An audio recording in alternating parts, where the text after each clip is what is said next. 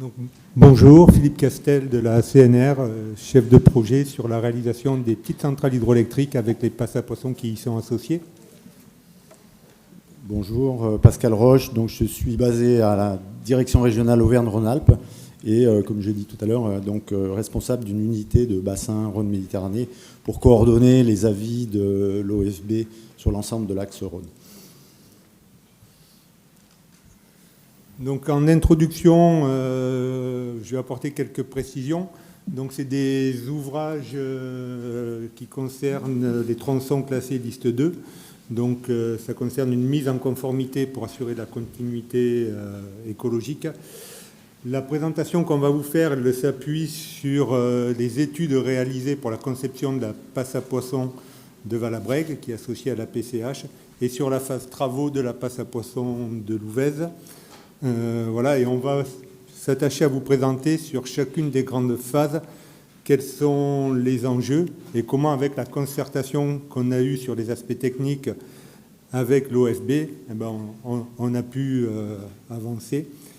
Voilà, cette présentation, c'est vrai qu'elle est axée sur les relations qu'on a eues tout au long du projet avec l'OFB, mais ce n'est pas pour autant qu'il faut occulter les relations, les échanges qu'on a avec d'autres acteurs locaux, que ce soit les fédés de pêche, que ce soit les communes, que ce soit MRM, voilà.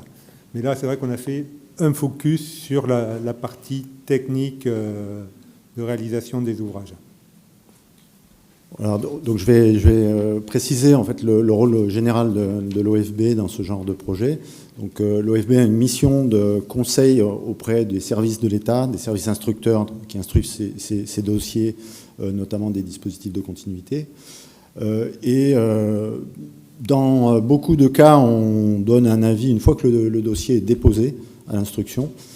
Mais dans les cas des projets sur le Rhône, qui sont souvent des projets assez complexes et longs en termes d'études, on a des phases intermédiaires dans lesquelles on intervient par des points réguliers avec le maître d'ouvrage, donc la CNR en l'occurrence, de manière à assez rapidement réorienter si jamais des options sont choisies qui finalement n'aboutiraient pas aux objectifs recherchés au final.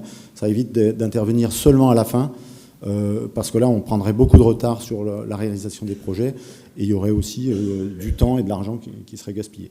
Donc c'est un processus un peu compliqué, enfin pas compliqué mais plus long, dans lequel on intervient plus pour tous les projets un peu importants.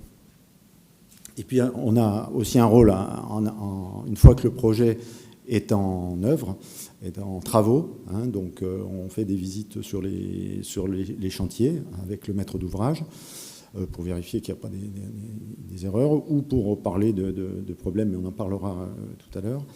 Et on fait une visite en fin de travaux et on participe au récolement qui, lui, est fait par l'administration, mais on est en appui de l'administration pour ce récolement. Donc le cheminement qu'on vous propose, c'est après avoir présenté le contexte et les principaux enjeux, on va regarder sur les 4 phases principales du projet qui sont la faisabilité, l'avant-projet, les études projet et enfin la réalisation avec même la partie exploitation. Comment ça s'est passé en faisant un focus sur quelques points techniques particuliers pour illustrer nos propos. Puis on vous fera part de notre ressenti voilà, en termes de conclusion avec Pascal. Donc le contexte, donc comme je disais, on est sur des ouvrages dans les tronçons classés en liste 2. Donc il y a une nécessité de mise en conformité, ce qui entraîne forcément un impact par rapport à la situation actuelle, avec forcément une modification de la circulation piscicole telle qu'elle est aujourd'hui. Dans les enjeux, oui, le premier enjeu, c'est l'enjeu piscicole, faire en sorte que les ouvrages qu'on réalise assurent et permettent cette continuité piscicole. Dans les enjeux à prendre en compte, il y a des enjeux sûreté et sécurité, que ce soit pendant les travaux et aussi en exploitation. Il y a des enjeux industriels pendant la phase exploitation et pendant les phases de maintenance. Des enjeux industriels au niveau optimisation de la production et des coûts.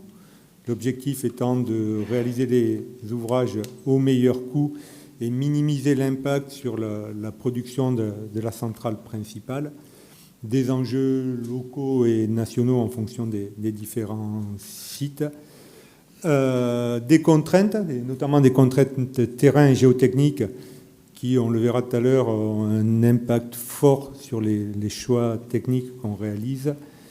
Et bien évidemment, la réalisation, les études et la réalisation de ces ouvrages doivent s'appuyer sur le REX de ceux réalisés précédemment. Première des phases, c'est l'étude de faisabilité. Alors là, l'objectif est de choisir où on va réaliser la PCH et la passe à poisson, sachant que normalement, l'objectif est de la faire au plus près du barrage. Donc là, j'ai mis une petite photo aérienne du barrage de Valabrègue. Donc c'est le périmètre où on réalise les travaux là, pour la passe à poisson. Donc quand on regarde, il y avait 3 zones possibles, soit l'aval du barrage, soit la proximité immédiate du barrage, ou quasiment l'amont du barrage. Et là, des contraintes au niveau sûreté et surtout des contraintes géotechniques ont guidé le choix vers une réalisation en amont du barrage. Bien évidemment, pour en arriver aussi à ces solutions-là, on a eu des échanges, voilà, et on a fait partager les difficultés qu'on avait, notamment, comme j'ai dit, géotechniques, avec l'OFB. Je montre après. C'était à toi. Ouais.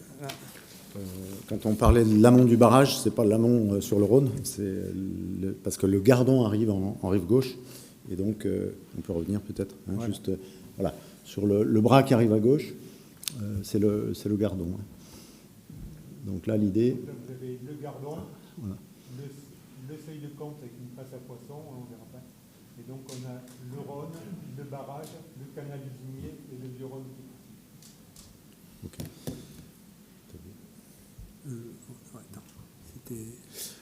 Voilà, alors une des données d'entrée pour les études sur ce genre de dispositif, c'est quelle espèce on va prendre en compte. Donc nous, on a un rôle important sur en termes de stratégie, hein, parce qu'il ne faut pas louper certaines espèces. Hein. Il y a des espèces qui sont présentes, puis il y en a d'autres qui ne sont pas forcément présentes, mais qui potentiellement peuvent l'être. Enfin là, il y a surtout des espèces qui sont connues, hein, l'anguille, la lauze. La lamproie marine, même si aujourd'hui on a du mal à avoir des observations sur le Gardon, c'est le dernier site où on a fait des observations de reproduction de lamproie marine. Donc, mais ça date de 2001. Donc il faut bien qu'on la prenne en compte, même si aujourd'hui on n'a pas d'observation à ce niveau-là. On ne sait jamais, il faut être optimiste, il faut la prendre en compte. Et puis une espèce particulière du bassin, hein, elle est endémique, c'est l'apron du Rhône, qui était présent dans le Gardon, qui était présent dans le Rhône, et qui fait sa réapparition dans la Durance, dans la partie aval de la Durance, donc à Avignon. L'apron commence à apparaître suite à l'amélioration de la continuité sur la Durance, sur l'axe Durance. Donc à partir du moment où il est dans le Rhône, il peut recoloniser des affluents, hein, à proximité. Donc c'est important de le prendre en compte. On verra après les contraintes que ça impose. Et puis, en termes de prise en compte des espèces, il faut aussi connaître la composition. Par exemple, pour l'anguille, on a à ce niveau du Rhône, on est au niveau du premier aménagement depuis Laval, on est à 60 km de la mer, on a beaucoup de mâles qui sont plus petits.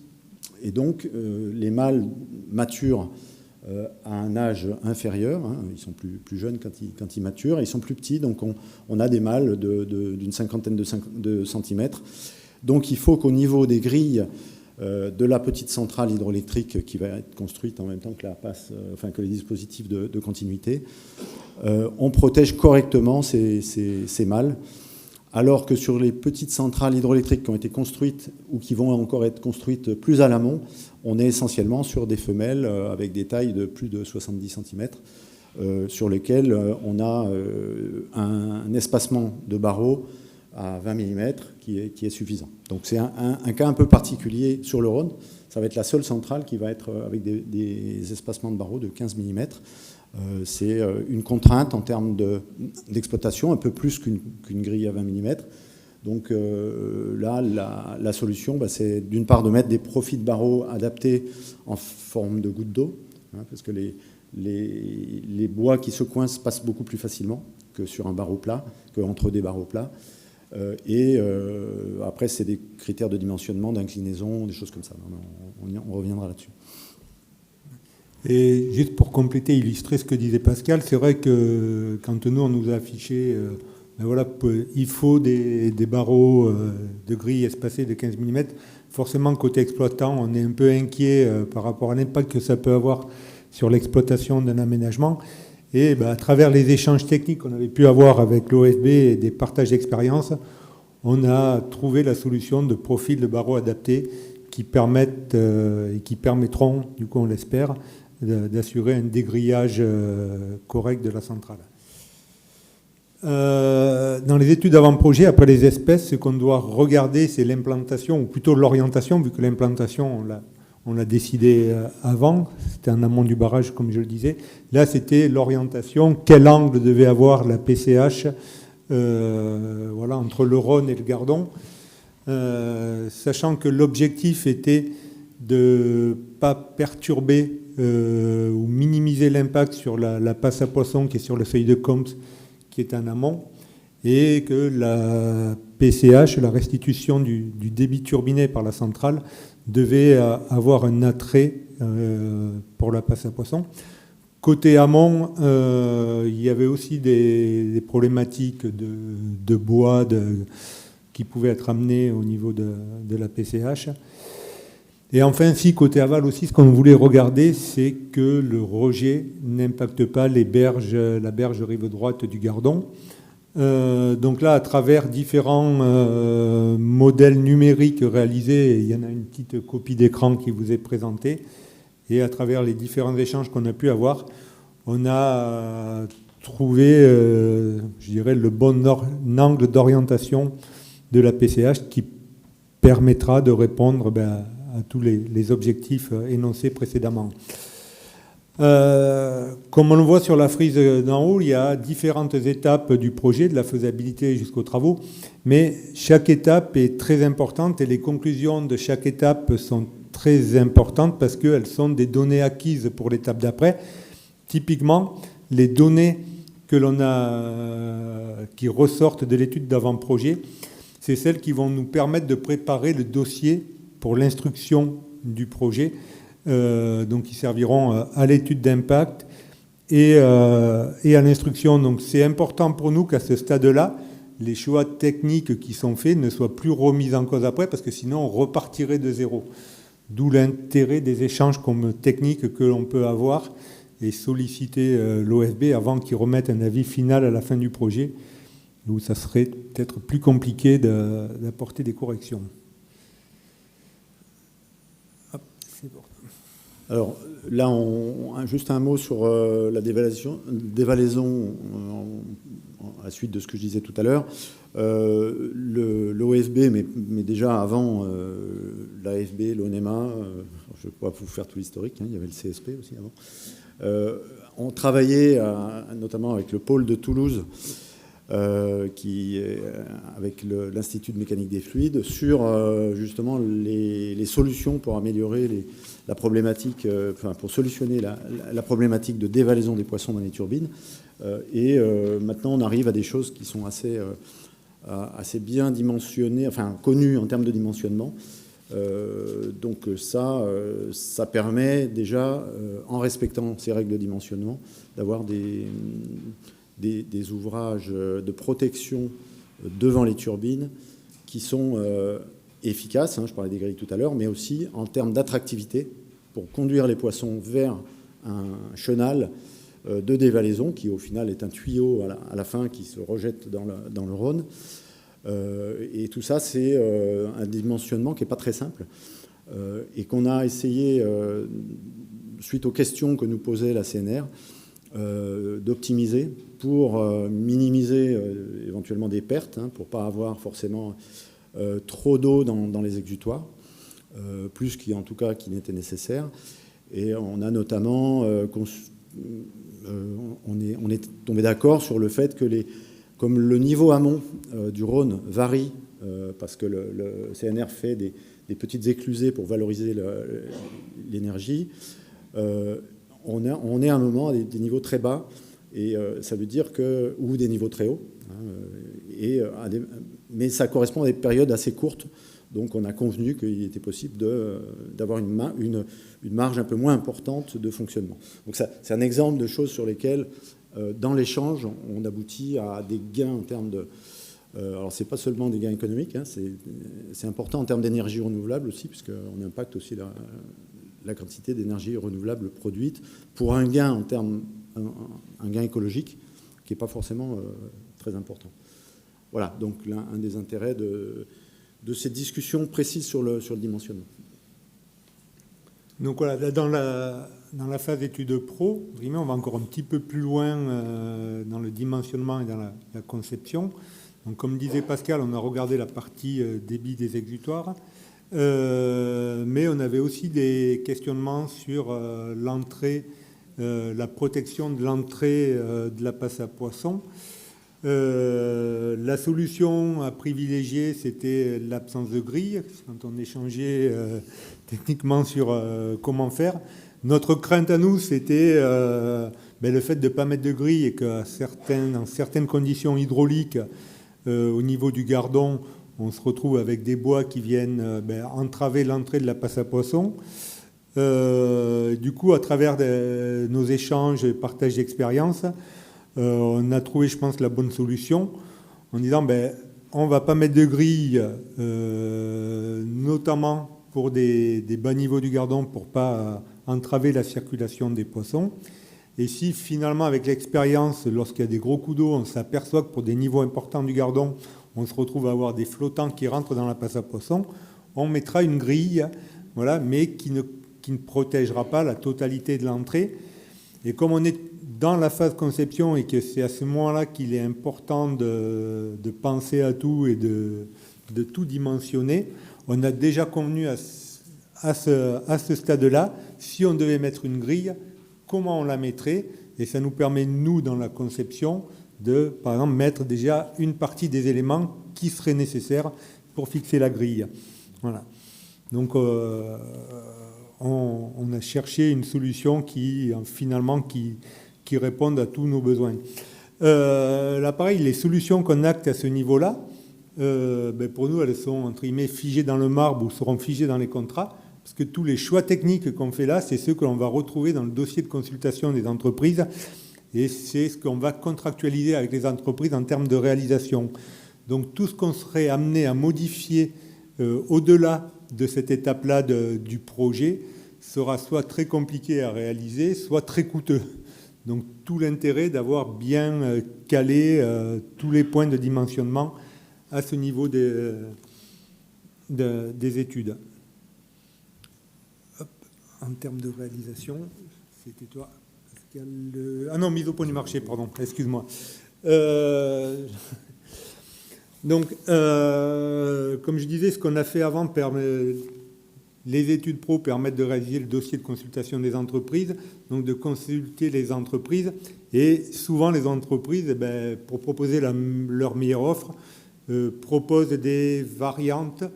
Et il est important dans cette phase de mise au point du marché qu'on ait un échange technique avec l'OFB en cas d'ambiguïté qu'on pourrait avoir sur les variantes qui nous sont proposées, pour pas qu'on ait de difficultés après au moment de la réalisation ou de la réception des travaux. Un point classique, les contrôles. Voilà, après, on est maintenant dans la phase de chantier, et je disais tout à l'heure qu'on intervenait par des visites de temps en temps.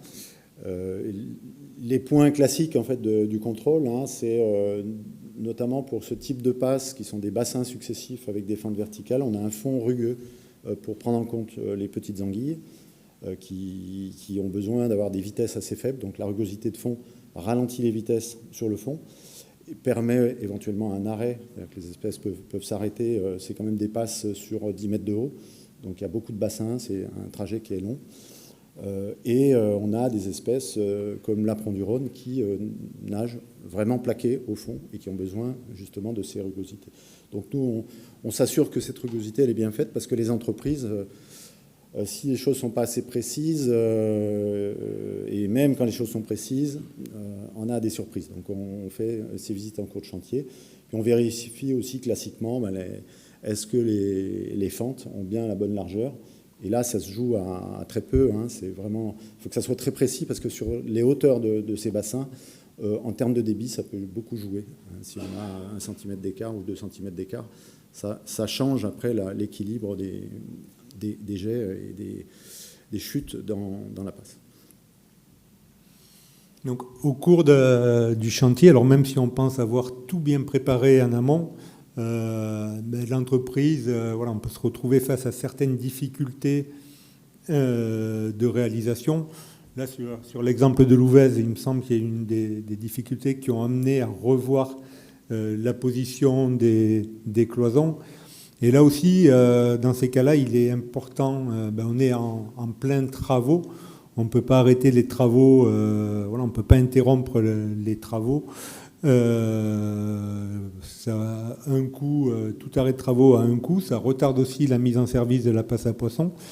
Donc il est important de pouvoir avoir des échanges techniques sur des solutions qui permettent de corriger les difficultés qui ont pu être rencontrées.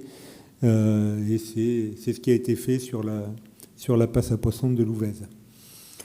Dernier point, mais une fois que la passe à poissons est réalisée, on en arrive à la partie exploitation et suivi. Donc dans la partie exploitation, il y a à la fois l'exploitation, je dirais, hebdomadaire et après toutes les opérations de maintenance qui sont associées. Et après, on a aussi le suivi, et je crois que ce matin, il y a eu pas mal il y a eu des remarques là-dessus sur le suivi et l'efficacité des ouvrages piscicoles. Donc, pour que ça soit clair pour tout le monde et qu'on arrive à quelque chose d'efficace, il est important de réaliser un protocole d'exploitation, de maintenance et de suivi. Et là aussi, en s'appuyant sur des avis techniques de l'OFB et bien évidemment un protocole après qui est validé par le service instructeur.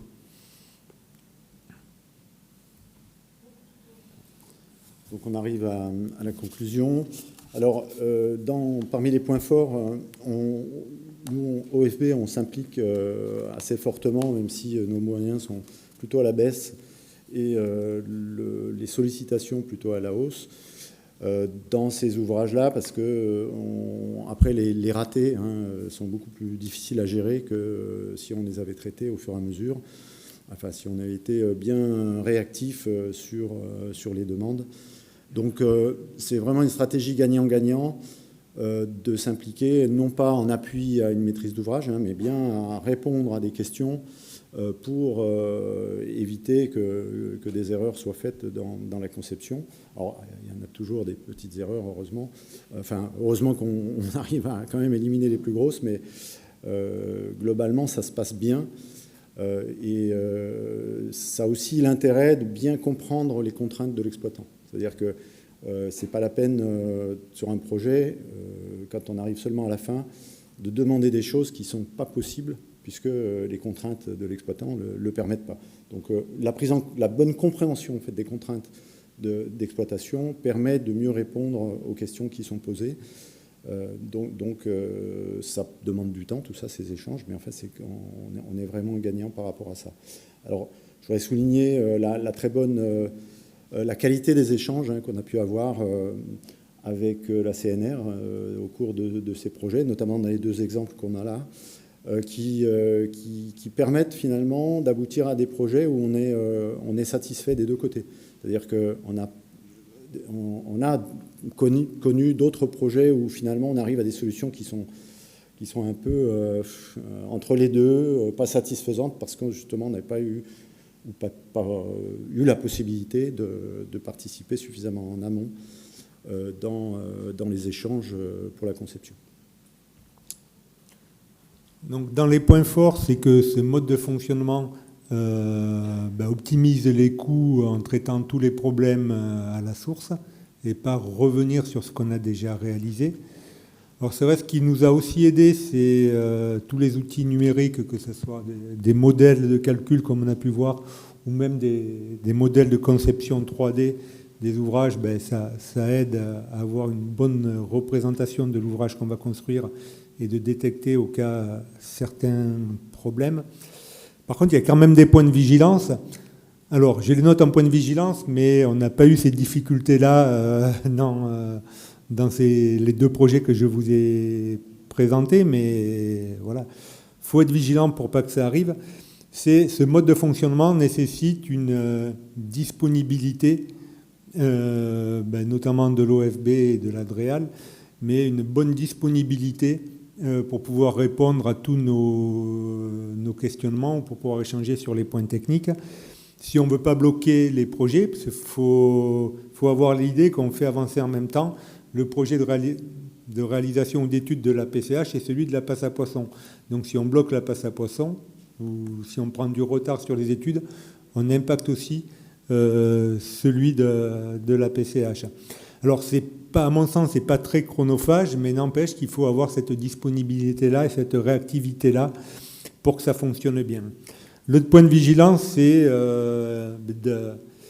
d'avoir une analyse exhaustive de l'ensemble des ouvrages pour être sûr qu'on ne passe pas à côté de certaines choses.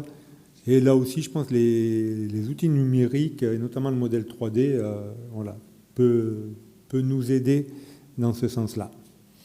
Voilà. Merci.